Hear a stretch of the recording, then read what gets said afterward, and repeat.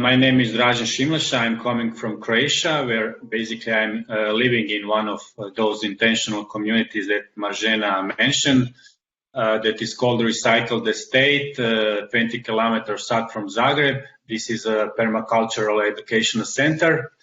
So basically I'm doing a lot of on sustainability on daily basic in practice, but I'm also a teacher and researcher, and that is how I jump in some events with Snežana, and basically this is how I came here.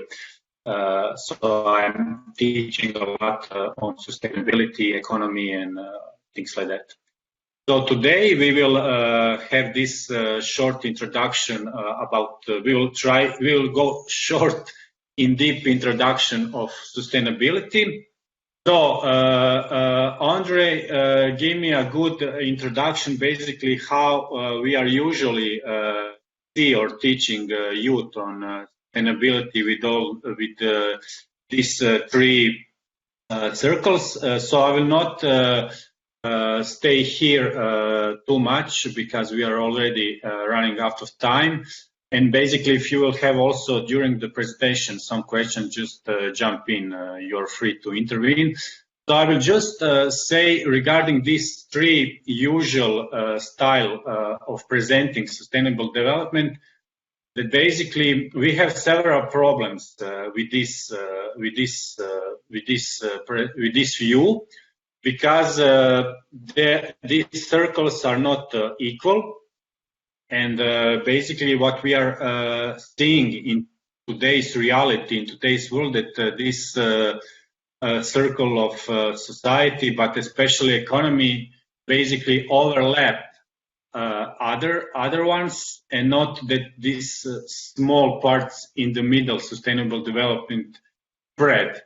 So this is a huge problem because these three circles don't have the same amount of power, the same words, and basically our today world is structured in a way that benefits economy which runs for profit above everything else, and not needs in society, or not basic structure and processes in our ecosystems. When we present sustainable development like Andre introduced, we have these like rings or circles, and very often I'm asking my students or participants, what do you think of these three parts are the most important one to work on sustainable development? What do you think? Maybe which one of these three, or maybe to rephrase the question, what do you think is the less important to work on it to have more sustainable development in today's world? Which one is the less important one? I think for me it's difficult to think about the less important, more important, as there's naturally relations among them. Yeah, of course. But it's a very good question. Yeah, I'm only asking. Of course, you're right, and basically they are always, in some interchanging, interconnection. But basically, my intention is to try to open our thinking and view, and basically to realize that very often when we are talking about sustainability, we are mixing up only with green or environment ideas or practices, and basically we have to be aware, and I mean that this is what I'm telling as a person that are living in nature and is doing teaching on ecological footprint for more than 20 years. We have to be aware that what is happening in environment, or let's say so-called green area, is consequences of situation in economy circle and society circle. So basically, if we are want to have better situation in environment, as the most important circle, because this is our base, this is our boundaries, as Andre also says in the introduction part. We have to change something in how economy today is designed and what is main rules and values in our society. Otherwise, we will always have this situation, one step forward, two steps back, as we are having very often today, and we will not be successful in having better situation environment, because we are always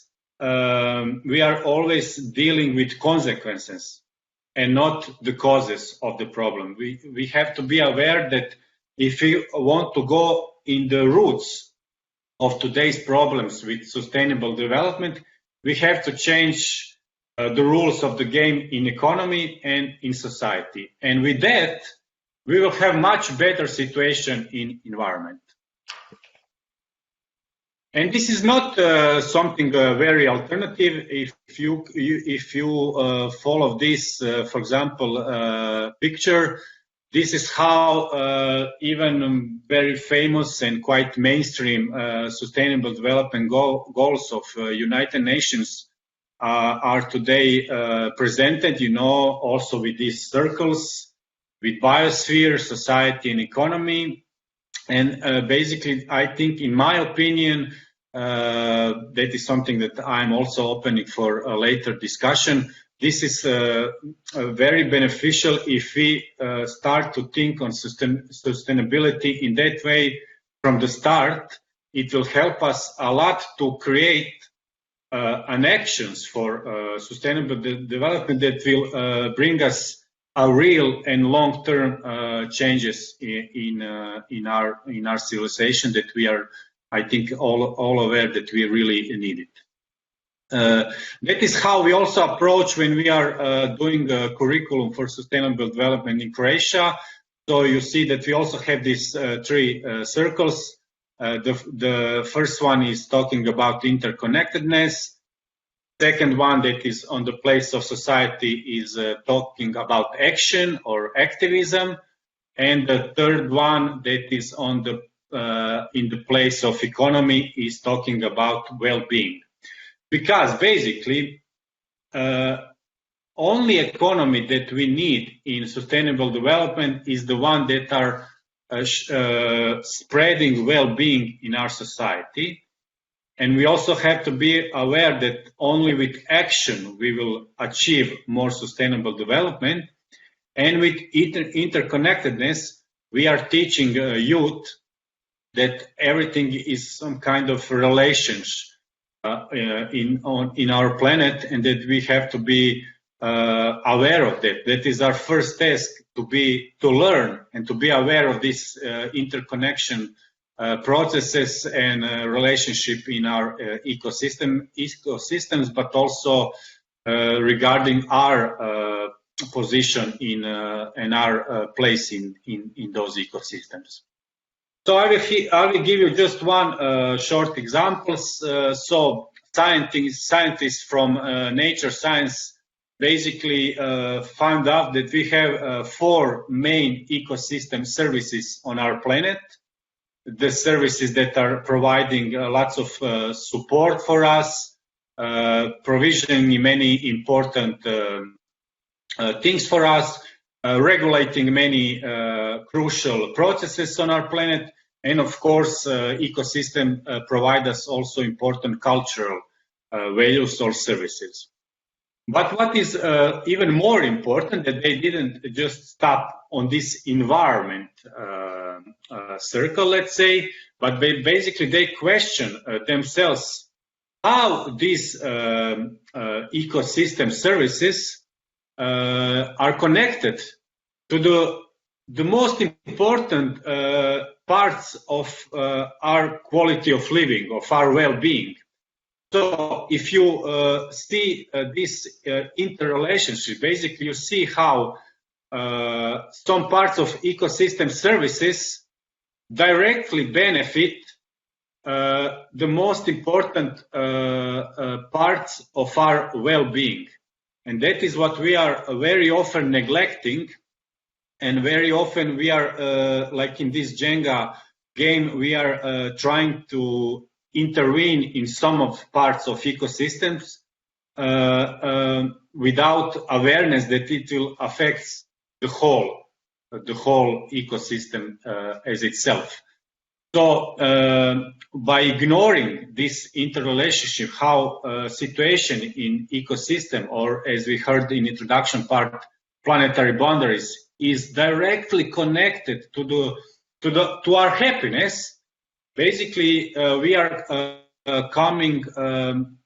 approaching three crises that I want to talk about with you now. So the first crisis is the picture that I'm showing to you now. Do you remember what is on this picture? So this is a night satellite vision of fires and flames in Amazon area in South America. That was,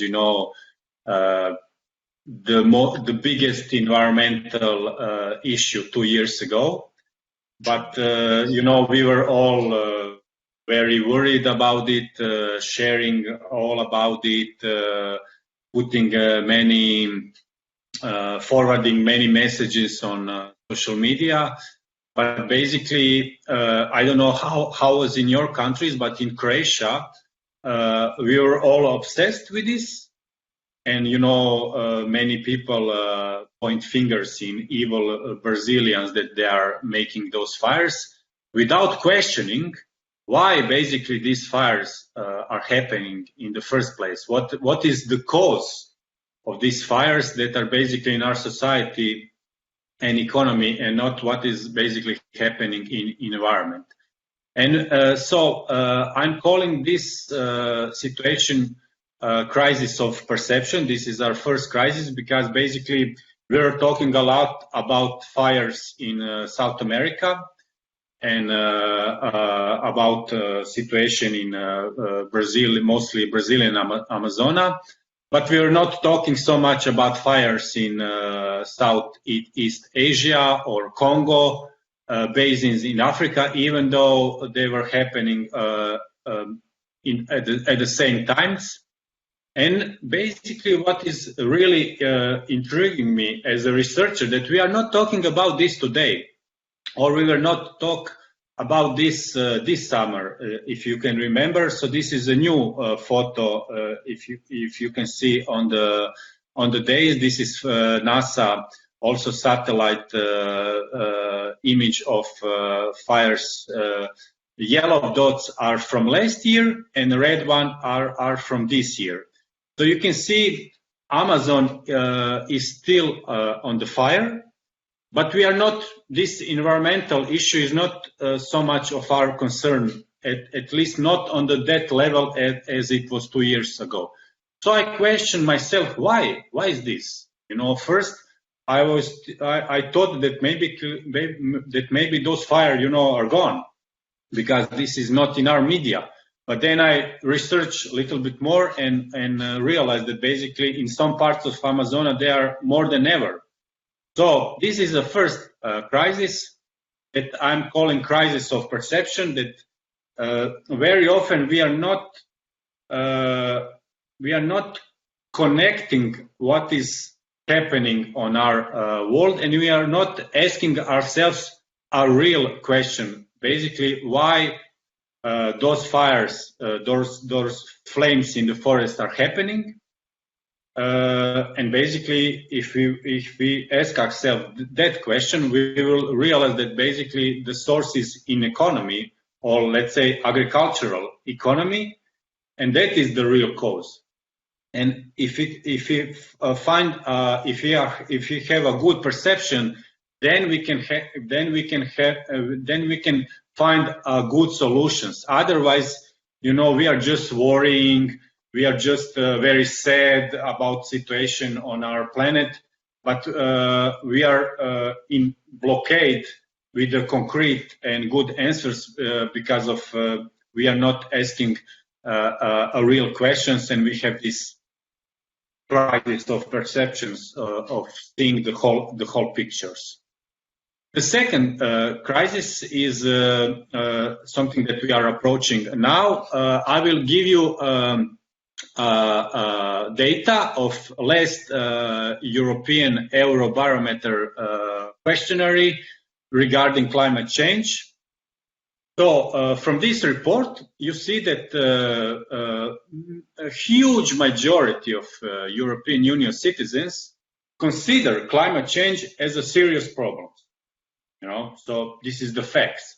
So we can say that here we don't have a crisis of perception. You know, so citizens of European Union are really aware or really expressing their view that climate change is really a serious or even very serious problem. But when we ask those same citizens what is their personal contribution to this, you see how the percentage is going lower. So basically 60 of them say that they have personally taken action to fight climate change in the last 6 months. And this is, we have to be aware that this is their self-assessment. So we in this report, they didn't check they didn't check if this is really happening, but 60% of them express that their position that they have taken something personally in the last 6 months. But when we ask them about specific actions, what they try to achieve in this last 6 months, basically almost everything is focused just on reducing waste and recycling, and cutting down consumption of disposable items like, you know, plastic bags that are really for one use or things like that. But when we ask them about action that have much bigger potentials in reduction of our ecological footprint, then we are going really low. And that is our second crisis that we are calling crisis of action. So sometimes we even have a good view of what is the problem, like climate change on European Union level, but we are missing concrete action. We are missing something that is really moving us in a better direction. And when we ask ourselves, why is this? Why sometimes even if we know where is the problem, why we have this problem with the action? So many researchers call this crisis of emotions, crisis of feelings, because you know from your personal life, when you are really attached to something or to someone, you don't have problem with the action. You know, you see the problem, you have emotional attachment to this person, process, or phenomenon, or whatever, and you are really faced with the action. And many scientists and researchers today are calling on again emotional connection with our ecosystem and planet, and they are referring that basically we lost this connection, and that is why we are very slow and very weak with the action, because we somehow, like, we are still thinking that this is not our problem, that this is not something that will affects us.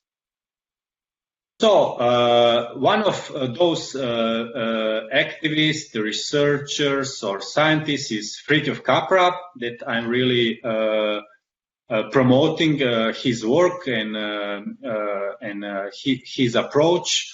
And basically he found out that our ecosystem is working on these 6 inherent patterns that we will find that basically is based of how life created on our planet, and that if we don't learn how to design our society and economy by following these 6 ecosystem patterns, we will always be in constant fight and constant war with nature and with those ecosystems. So basically, he's calling us to design our economy and our society by respecting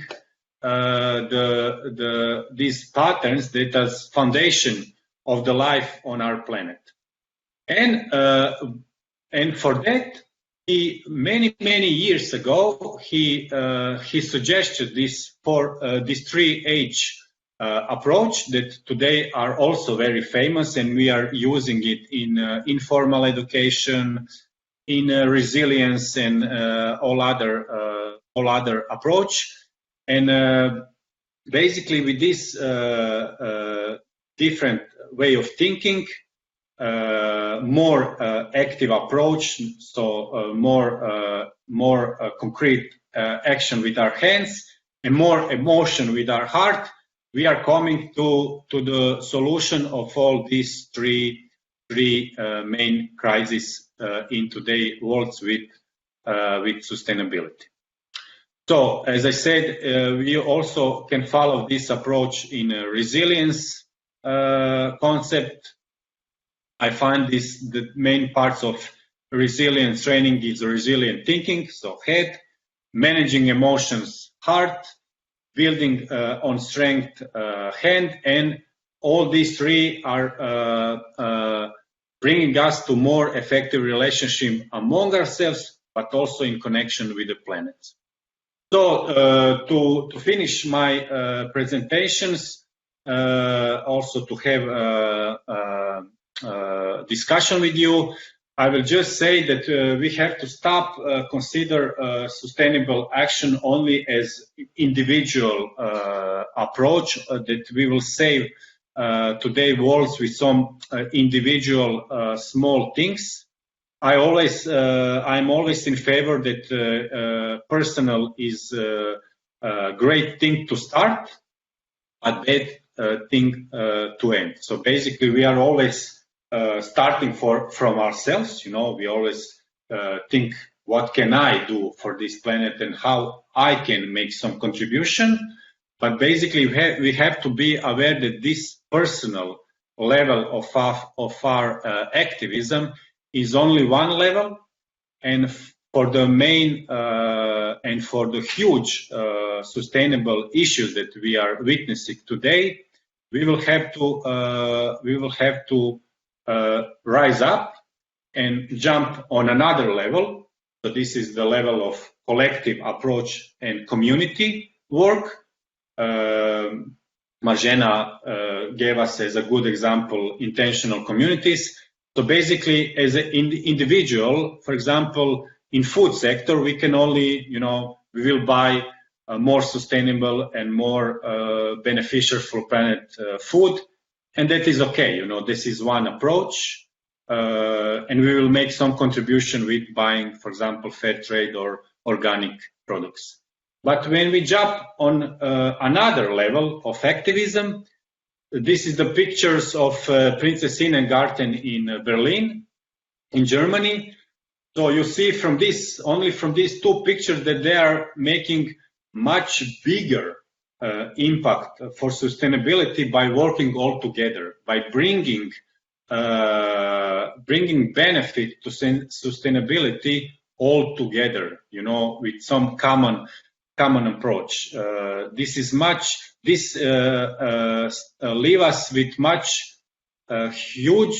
bigger impact, positive impact, and long-term impact for sustainability. This second level of activism, and this is also our community-supported agriculture web page. So, community-supported agriculture is also another approach of common and collective level of working for more sustainability in this sector of food. And the third level is public policies. So when we make changes in public policies area, like this is an example of the city of Vienna in Austria, and this public green and sustainable and socially aware public procurement in Vienna, you see that with introducing this sustainable work in the sector of food, they are affecting also much bigger stakeholders and actors, and all public institutions in the city of Vienna benefit from this level of activity in sustainability. So my point of view is that all these three levels are important, but we have to be aware that for real social change in sustainable development that we are desperately need today, we have to be aware that public policies and community level bring us these changes that we are need much more massive and in much more long-term way, and that is even with individual as aware persons, we have to think not only what I can personally do, but what I can do with others, and what all of us together can do that these things become public policies in my local community. So you can see that even in transformative teaching approach, we have also these three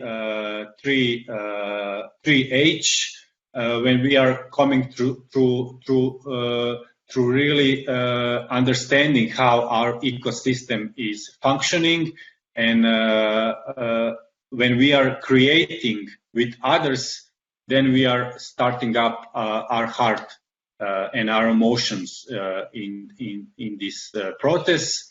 And I also like these pictures, and I will stop here. That basically all these three parts of change, head, hands, and heart are equally important. But because you see that when we are learning more, doing more, and feeling more, we are approaching to this change that I'm advocating previously more coherently on the same time.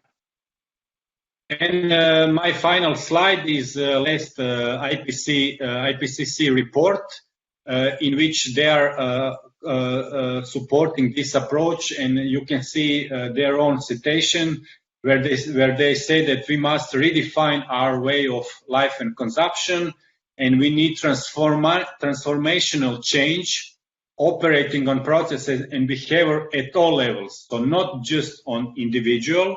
I think it is very mistaken to put the huge burden and pressure just on our individual practices in our daily base to tackle climate change and to have more sustainability in our world. So we need these transformational changes on individual, communities, businesses, institutions, and governments level. So thank you for your attention. I hope I'm in this half hour time, and I'm open for your inputs, your comments, and discussion.